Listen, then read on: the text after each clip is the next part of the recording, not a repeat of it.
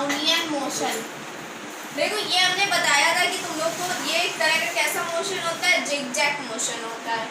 जब हम लोग पार्टिकल्स को इसमें डालते हैं, जो पार्टिकल्स का लिक्विड है स्मॉल गैसेस में, जब हम लोग उसको देखते हैं किसी भी चीज़ के पार्टिकल्स को, तो उनकी मोशन कैसी रहती है, जिगजैग मोशन रहती है। इसी को ब्राउनियन मोशन कहते हैं। ठीक है, एक हमने यहाँ पर लिक्विड लिया, ठीक है, इसमें कुछ पार्टिकल्स थे, उनकी कैसी मोशन दिखी हमें, जब हमने माइक्रोस्कोप से देखा तो ये जिगजैग मोशन दिखी। तो ये जो जिगजैग मोशन होती है, ठीक है, motion of particles of matter is called Brownian motion. ठीक है, इसी को क्या कहते हैं, ब्राउनियन मोशन कहते हैं। ये किसके नाम पे पड़ा है, एक साइंटिस्ट थे रॉबर्ट ब्राउन, ठीक है, उनके नाम पर ये पड़ा ब्राउनियन मोशन। जब उन्होंने क्या किया कि उन्होंने किसमें बताया था, रॉबर्ट ब्राउन ने दिया था ये थ्योरी। किसने दी थी, रॉबर्ट ब्राउन ने दिया था, इसीलिए इसका नाम क्या पड़ा, ब्राउनियन मोशन पड़ा। और किस सन में दी थी, 1827 में उन्होंने ये दी थी। उन्होंने किया क्या, जब उन्होंने लिक्विड में कुछ पॉलन ग्रेन्स डाले, ठीक है, पॉलन ग्रेन्स मतलब फूल के जो आगे का पार्ट होता है, छोटे छोटे उसमें बिल्कुल धागे टाइप के होते हैं, उसमें छोटे छोटे लगे होते हैं, तो वो क्या होते हैं, पॉलन ग्रेन्स होते हैं। तो जब उन्होंने लिक्विड में पॉलन ग्रेन्स डाले, एक जेल मिल गया, उसमें पॉलन ग्रेन्स डाले, तो उन्होंने माइक्रोस्कोप से देखा तो उनकी उसे अनियमित गति दिखाई दी, यानी कि किसी भी दिशा में वो गति कर रहे थे, मोशन कर रहे थे। तो ये कैसे जिगजैग मोशन उन्हें दिखाई दी, ठीक है, जिसके कारण उन्होंने इसे क्या दिया, ब्राउनियन मोशन का नाम दे दिया। अब जब उन्होंने इस पानी को थोड़ा हीट दी, तो ये जो पॉलन ग्रेन्स थे वो ऊपर की सतह पर तैरने लगे, जिससे हुआ क्या कि क्यों तैरने लगे कि जब वो ये जो जल है वो उसको धक्का देता था, तो वो क्या आ जाते थे, ऊपर वाली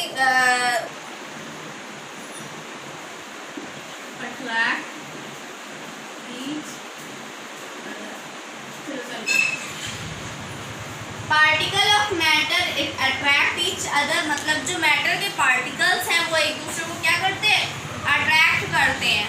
ठीक है, तो the particles of matter are attracted towards each other, यानी कि एक दूसरे की तरफ अट्रैक्ट करते हैं। इन अदर वर्ड्स, अगर दूसरे शब्दों में कहा जाए, the particle of matter have a force acting between them, उनके बीच एक फोर्स काम करता है। जैसे ये कोई दो पार्टिकल्स है तो इनके बीच में कौन सा एक फोर्स काम कर रहा है, जिसके कारण ये दोनों आपस में एक दूसरे को क्या करते हैं, अट्रैक्ट करते हैं। इस फोर्स को क्या कहते हैं, इस फोर्स को क्या कहते हैं, इस फोर्स को कहते हैं कोहेजन फोर्स। क्या कहते हैं, कोहेजन फोर्स, जिसके कारण ये दोनों आपस में एक दूसरे को अट्रैक्ट करते हैं। तो the particles of matter have a force acting between them, उनके बीच एक फोर्स एक्ट कर रहा होता है, which keeps the particle together, जो इन दोनों पार्टिकल्स को साथ में रखता है। और इस फोर्स को क्या कहते हैं, कोहेजन फोर्स कहते हैं। क्या कहते हैं, cohesion force.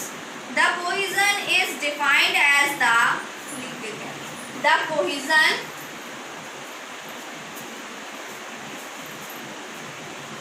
is defined as the intermolecular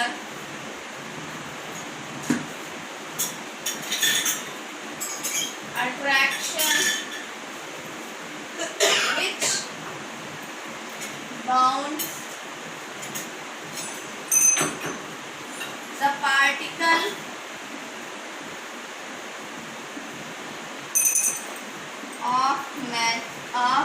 matter to one another.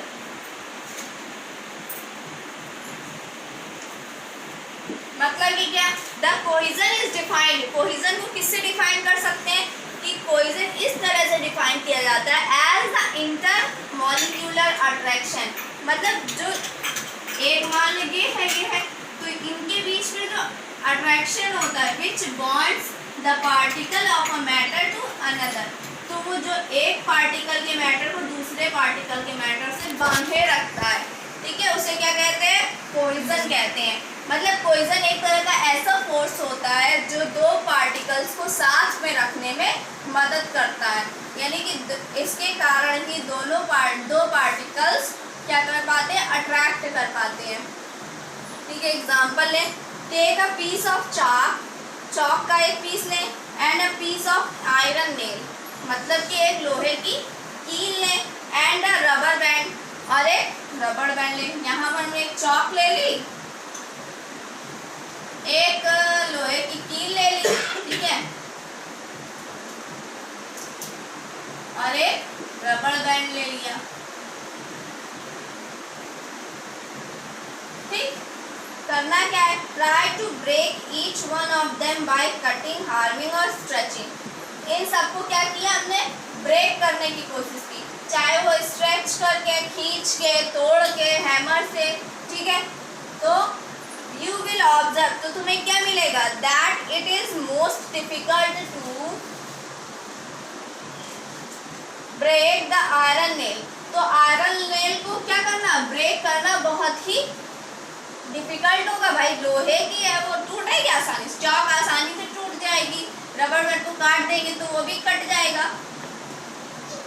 And somewhat easier to break a piece of chalk, बताया हमने, उसी की जगह क्या है, चॉक को तोड़ना क्या है, आसान होता है। And easiest to break a rubber band, उससे भी इजिएस्ट क्या होता है, रबर बैंड, फिर कट कर दिया, टूट गया। Hence the particle of iron nail are held together by strongest force।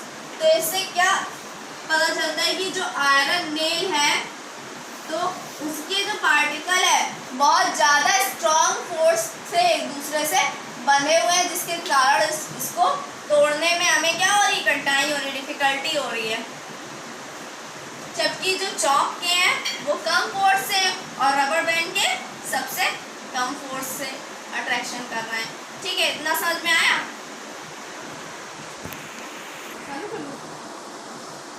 States of matter के बारे में हम लोग पढ़ेंगे, ठीक है। मैटर की स्टेट्स पहले भी आप लोग कई बार पढ़ चुके हो, ठीक है। 3 स्टेट्स होती हैं, कौन कौन सी, सॉलिड, लिक्विड और गैसेस। सॉलिड, लिक्विड और गैसेस, 3 स्टेट्स होती है मैटर की, या तो सॉलिड फॉर्म में पाया जाता है, या लिक्विड फॉर्म में, या गैस के फॉर्म में पाया जाता है। सबसे पहले हम तीनों को कंपैरिजन करके पढ़ेंगे, क्योंकि ज़्यादातर जो पूछा जाता है वो क्या पूछी जाती है, सॉलिड, लिक्विड और गैसेस में कंपैरिजन पूछी जाती है। इसी की तरह हम लोग आराम से इसको पढ़ पाएंगे, ठीक है। सबसे पहले पैकिंग। पैकिंग का मतलब ये नहीं कि हम पैक कर रहे हैं इसको, पैकिंग का मतलब जो इनके पार्टिकल्स होते हैं किस फॉर्म में होते हैं, ठीक है। तो the constituent particle are very closely packed, इसमें क्या होते हैं, particles are very closely packed. मतलब क्या हुआ कि इस सॉलिड के जो पार्टिकल्स होते हैं वो क्या होते हैं, बहुत पास पास होते हैं। इसके पार्टिकल्स क्या होते हैं, बहुत पास पास होते हैं, मतलब इनमें बिल्कुल गैपिंग ना के बराबर रहती है, बहुत पास पास होते हैं, ठीक है। अब आए लिक्विड पे, तो इसमें क्या है, लिख देंगे particles are less closely packed. मतलब कि क्या हुआ, इसके पार्टिकल्स में थोड़ी थोड़ी क्या होती है, जगह होती है, बहुत ज़्यादा टाइटली पैक्ड और गैसेस में क्या होते हैं, particles are free to move. इसके पार्टिकल्स कहीं भी मूव करने के लिए फ्री रहते हैं, मतलब किसी भी दिशा में, इधर कोई इधर कर रहा, कोई इधर कर रहा, कोई इधर कर रहा, कहीं भी कर सकते हैं मूवमेंट कर। तो पैकिंग में हम लोग ने क्या पढ़ा, पार्टिकल्स वेरी क्लोजली पैक्ड। इसके जो पार्टिकल्स होते हैं बहुत पास पास होते हैं, ठीक है। लिक्विड में क्या होता है, थोड़ी दूर दूर होते हैं, ठीक है। और गैसेस में कहीं भी फ्री होते हैं मूव करने के लिए, ठीक। नेक्स्ट हम पढ़ते हैं inter particle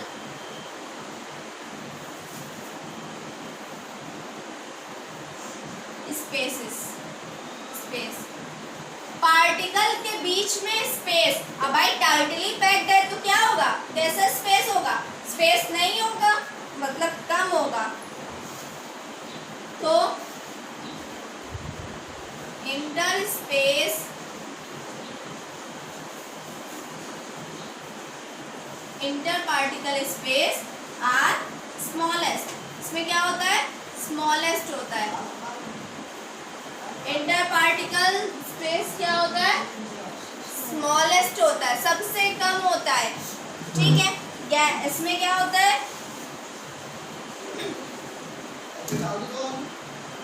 larger than solids. Solids से थोड़ा क्या होता है, ज्यादा होता है, ठीक है, स्पेस भाई, क्योंकि इसमें थोड़े से कम पैक्ड होते हैं, मतलब थोड़े दूर दूर होते हैं पार्टिकल्स, इसलिए स्पेस क्या होता है, इसमें सॉलिड्स होता है, लेकिन क्या होता है, क्या होता है, सॉलिड से ज्यादा होता है। और इसमें क्या होता है, स्पेस आर लार्जेस्ट। इसमें क्या होता है, स्पेस आर लार्जेस्ट। इसमें क्या होता है, सबसे ज्यादा स्पेस होता है, क्योंकि ये कहीं भी फ्री होते हैं मूव करने के लिए, ठीक है। थर्ड वन हम पढ़ेंगे inter particle force of attraction.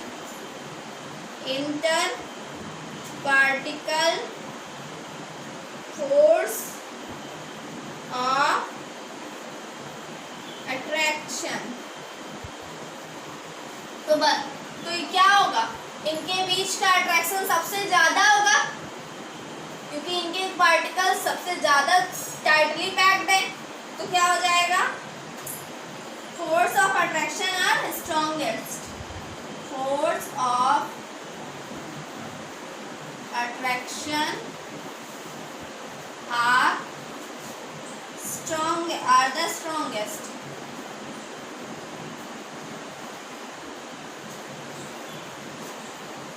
इसमें क्या हो जाएगा, force of attraction are weaker, कम हो जाएगा, क्योंकि इसके थोड़ा सा दूर रहते हैं, weaker than those in solids. Solid से वीकर होता है बस, बट गैसेस से क्या होता है, स्ट्रॉन्गेस्ट होता है, but strongest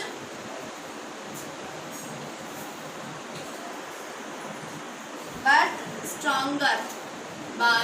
stronger than gases। Solids से क्या होता है, वीकर होते हैं, और बट गैसेस से क्या होता है, स्ट्रॉन्गेस्ट होता है। और इसमें क्या हो जाएगा, सबसे वीकेस्ट होता है।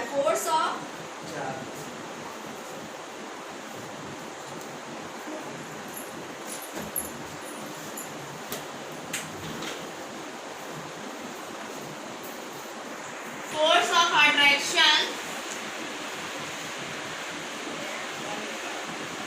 Are weakest. सबसे कम किसमें होता है, गैसेस में होता है। Shape and volume. Shape and volume. अब सॉलिड है, इसके पार्टिकल्स पास पास होंगे, तो इसका शेप कैसा होगा, डेफिनिट होगा। Definite shape and solid. They have definite shape and definite volume. Volume भी डेफिनिट होगा.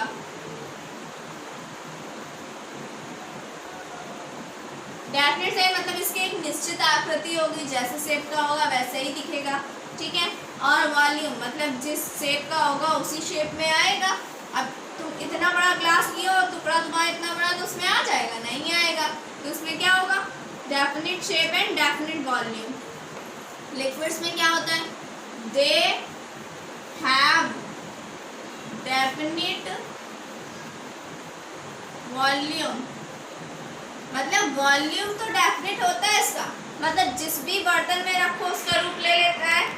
सॉरी, मतलब जितना रखोगे, या जिस तुम्हें 1 लीटर पानी लिया तो जितने बर्तन में रखोगे वो रहेगा, तो वो 1 लीटर ही पानी ना, उससे बढ़ या घट तो नहीं जाएगा. तो इनमें भी क्या होता है?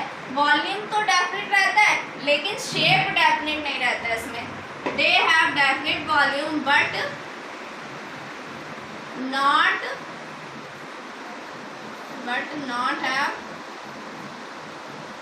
have not definite shape. लेकिन शेप डेफिनेट नहीं रहता है. जिस भी बर्तन रखोगे उसी का रूप ले लेगा. ठीक है. इसमें क्या होता है? दे हैव नाइदर, इसमें कुछ भी ना वॉल्यूम डेफिनेट रहता है ना ही शेप डेफिनेट रहता है. ठीक है. दे हैव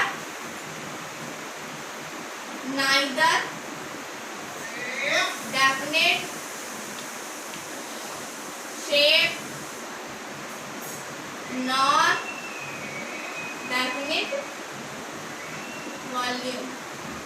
ना तो शेप डेफिनेट रहता है ना ही इसका क्या रहता है? वॉल्यूम डेफिनेट रहता है. नेक्स्ट हमारा आता है पार्टिकल मोशन. Particle motion. ठीक है. पार्टिकल्स में मोशन कैसे होता है? मतलब हमने बताया था ना, जो पार्टिकल्स है हमेशा मूवमेंट करते रहते हैं, मोशन करते रहते हैं. तो इसमें सॉलिड्स में क्या होता है? वो टाइटली पैक्ड रहते हैं, इसीलिए अपनी मेन पोजीशन पे ही इधर उधर वाइब्रेट करते रहते हैं, कहीं जाते नहीं हैं. ठीक है. तो इसमें क्या हो जाता है? पार्टिकल्स कैन ओनली वाइब्रेट करते रहते हैं, मतलब अपनी मेन पोजीशन से इधर उधर हिलते रहते हैं खाली. About their mean position. Hence इसीलिए इनमें क्या होता है? केवल वाइब्रेटरी मोशन होता है. तो क्या होता है? They have only vibrating motion. कैसा होता है? Vibrating motion.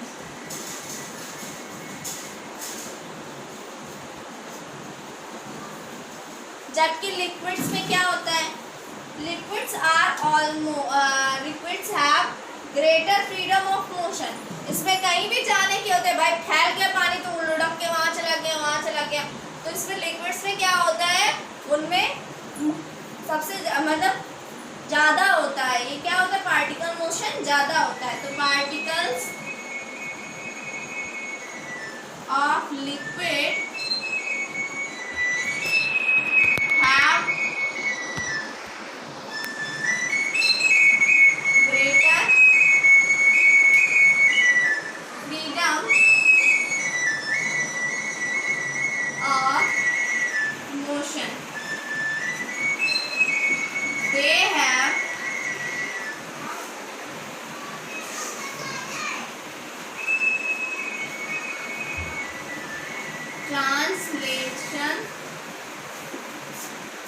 translational and rotational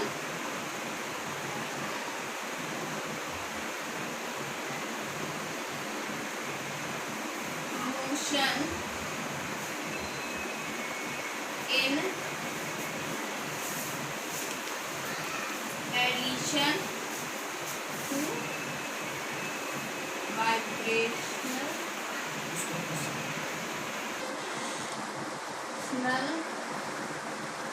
motion. मतलब कहने का मतलब क्या है, जो पार्टिकल्स होते हैं वो लिक्विड के, उनमें सबसे ज्यादा मोशन का क्या होता है, फ्रीडम रहता है। पानी गिर गया, इधर चला गया उधर चला गया, तो उनमें कौन कौन सा ट्रांसलेटली होता है, इधर उधर भी हो सकता है। ट्रांसलेटली मतलब क्या होता है, ऐसे ऐसे वाला।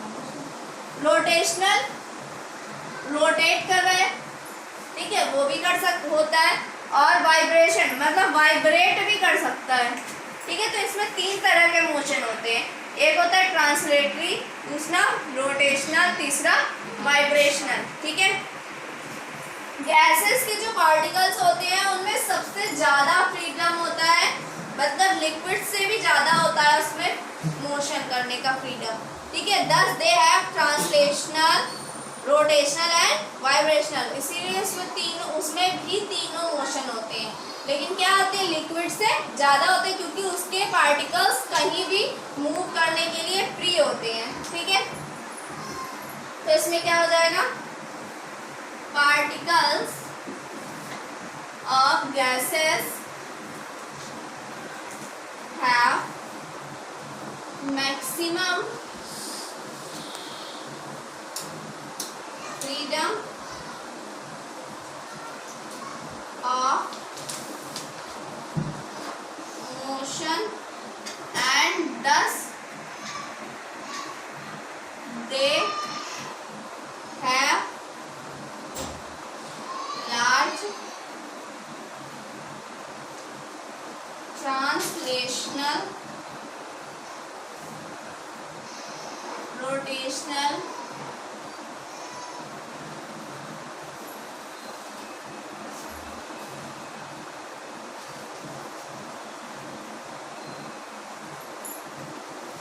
and vibrational mode।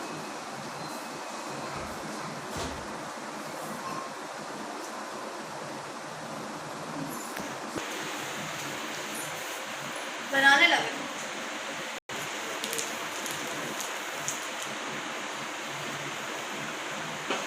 Property number 6, ठीक है। उधर कोने में दिख नहीं रहा।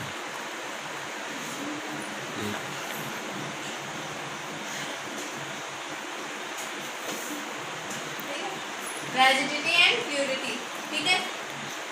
मतलब कोई चीज, रेजिडिटी मतलब क्या होता है, कठोरता। तो सॉलिड्स क्या होंगे, रेजिड होंगे। तो इसमें क्या लिख देंगे, दे पॉसेस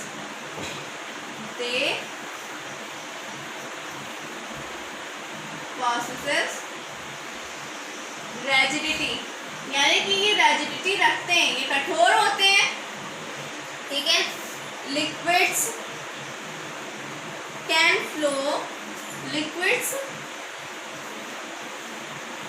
कैन फ्लो, लिक्विड्स बहते हैं, इसलिए क्या होता है, दे पॉसेस फ्लूइडिटी। तो इनमें बहने की क्षमता होती है, फ्लूइडिटी मतलब होता है बहना, ठीक है, बहने की क्षमता। तो क्या हो जाएंगे, 10 दे पॉसेस फ्लूइडिटी,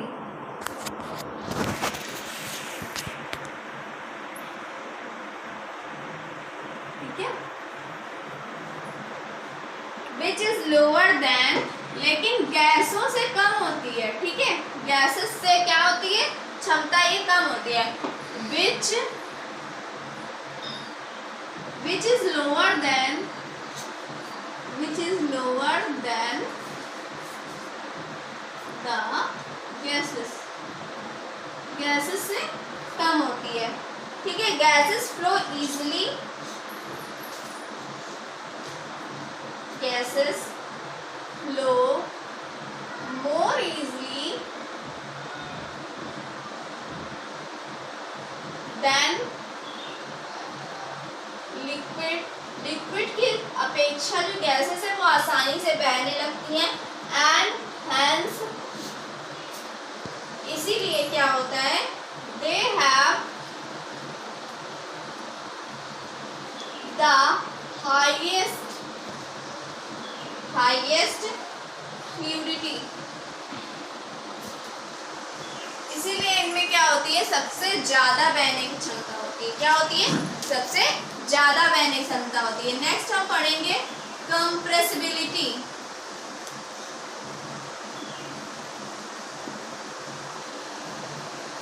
कंप्रेसिबिलिटी मतलब होता है दबाना, कंप्रेस करना, दबाना, दबाने की क्षमता। तो सॉलिड्स दब सकते हैं? नहीं दब सकते हैं, मतलब सॉलिड्स आर इनकम्प्रेसिबल, मतलब ये क्या होते हैं, दबते नहीं है।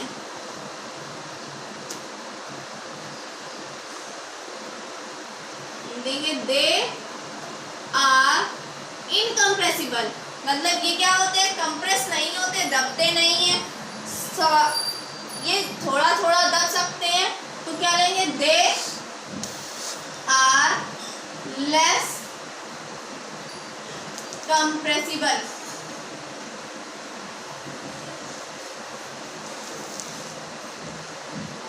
और ये क्या होते हैं, ये हाईली कंप्रेसिबल होते हैं। क्या होते हैं, हाईली कंप्रेसिबल। क्यों, गैस होती है, गैस जो गैस सिलेंडर वाली गैस होती है, हम लोग उसको दबा के एक सिलेंडर में कर लेते हैं। अब बताओ, सबसे ज़्यादा कंप्रेसिबल तो गैस ही होती है ना। नेक्स्ट हमारी है density.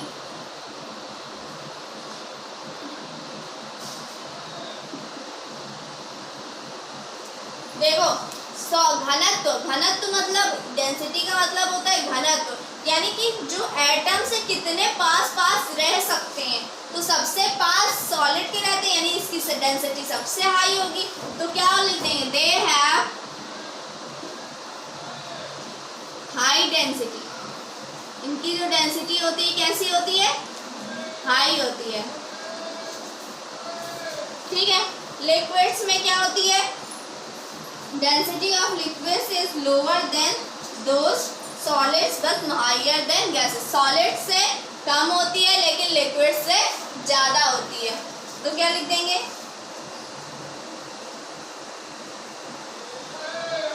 They have lower density than solids but higher than gases। Solid से कम होती है लेकिन लिक्विड से ज़्यादा होती है। They have very less density. और गैसेस की डेंसिटी सबसे क्या है, लेस डेंसिटी।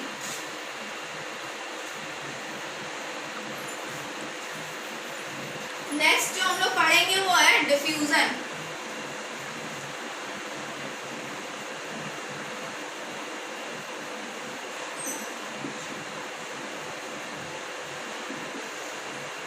डिफ्यूजन यानी कि टकराकर डिफ्यूज हो जाना, टूट जाना, टूटने की क्षमता। तो solids are normally do not show the property of diffusion. ये इनके जो एटम्स है एक दूसरे में डिफ्यूज नहीं होते, तो ये डिफ्यूजन की प्रॉपर्टी नहीं शो करते हैं। ठीक है। However there are certain rare examples of diffusion, लेकिन कुछ जो होते हैं वो एक्सेप्शन के रूप में होते हैं जो डेंसिटी शो करते हैं। तो solids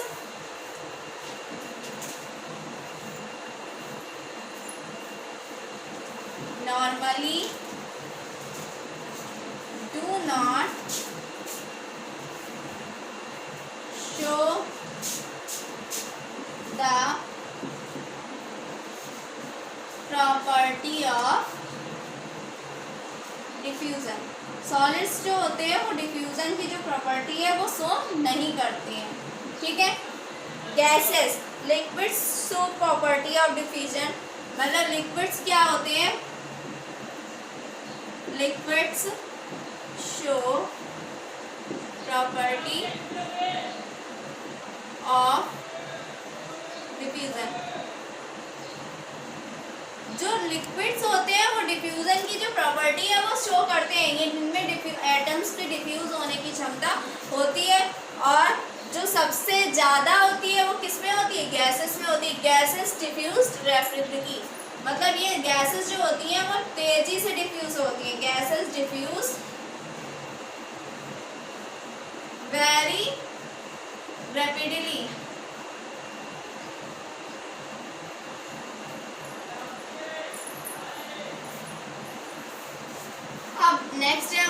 energy, energy,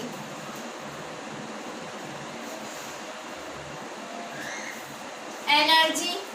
particles of solid है मैक्सिमम एनर्जी, इनमें सबसे ज़्यादा एनर्जी होती है। पार्टिकल्स जो होते हैं सॉलिड के, उनमें सबसे ज़्यादा एनर्जी होती है। तो क्या लिख देंगे? They have maximum energy. Liquids के में हायर एनर्जी होती है लेकिन देन दोज ऑफ सॉलिड्स। जो लिक्विड के पार्टिकल्स होते हैं उनमें सॉलिड से ज़्यादा होती है, और गैसेस में क्या होती है? सबसे ज़्यादा एनर्जी होती है, क्योंकि वो सबसे ज़्यादा तेज मूवमेंट कर पाते हैं। तो क्या लिख देंगे? They have higher energy than those of solids. Solid से ज़्यादा होती है, ठीक है। अब नेक्स्ट गैसेस में सबसे ज़्यादा होती है, तो क्या लिख देंगे? Particles, particles of gases have highest energy, highest energy.